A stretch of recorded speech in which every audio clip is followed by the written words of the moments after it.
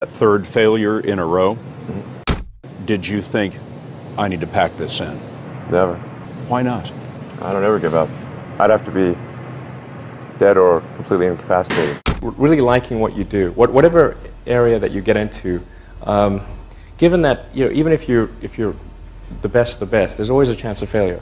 So I think it's important that you really like whatever you're doing. If you don't like it, life is too short. If you like what you're doing, you think about it even when you're not working. I mean, it's something that your mind is drawn to, and if you don't like it, you just really can't make it work, I think.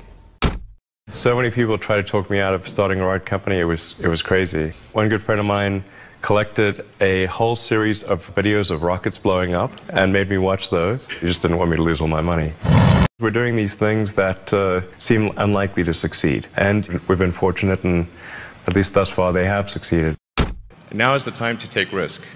You don't have kids. As you get older, your obligations increase. So and once you have a family, you start taking risk not just for yourself, but for your family as well. It gets much harder to do things that might not work out. So now is the time to do that. Before you have those obligations. So I would encourage you to take risks now. Do something bold. You won't regret it. How did you figure you were going to start a car company and be successful at it? Well, I didn't really think Tesla would be successful. I thought we would most likely fail.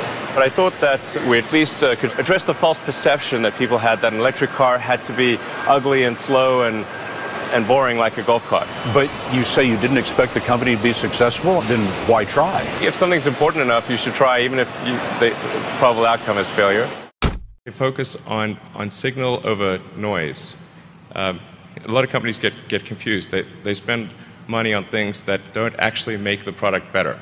For example, at Tesla, we've never spent any money on advertising. We put all of the money into R&D and manufacturing and design to try to make the car as good as possible. I think that's the way to go.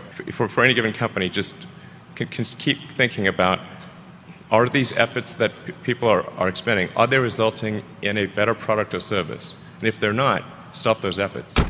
When I interview someone to work at the companies, would be to ask them to tell me about the problems that they worked on and how they solved them. And if someone was really the person that solved it, they'll be able to answer multiple levels. They'll be able to go down to the brass tacks. And if they weren't, they'll get stuck. And then you can say, oh, this person was not really the person who solved it, because anyone who struggled hard with a problem never forgets it.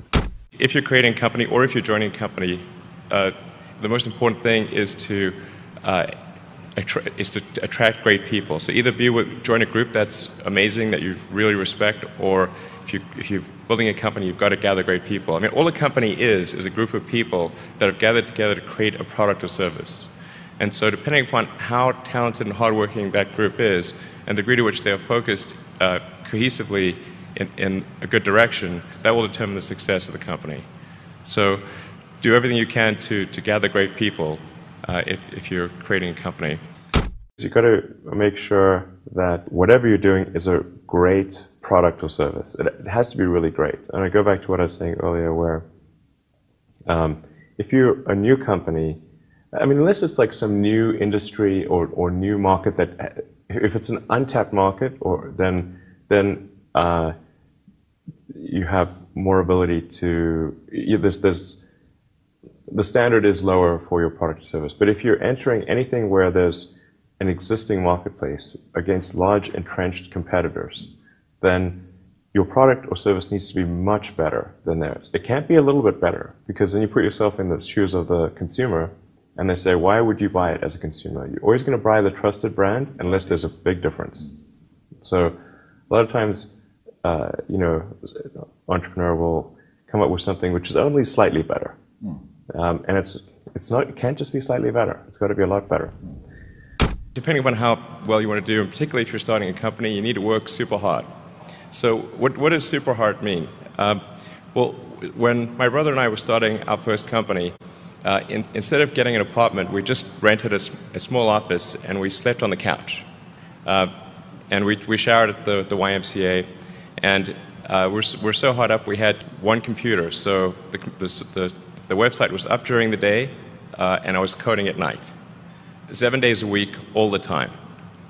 And I sort of briefly had a girlfriend in that period, and in order to be with me, she had to sleep in the office. So work hard, like, I mean, every waking hour. That's the thing I would say, particularly if you're starting a company. And I mean, if you do simple math, you say like, okay, if somebody else is working 50 hours and you're working 100, you'll get twice as much done in the course of a year as the other company.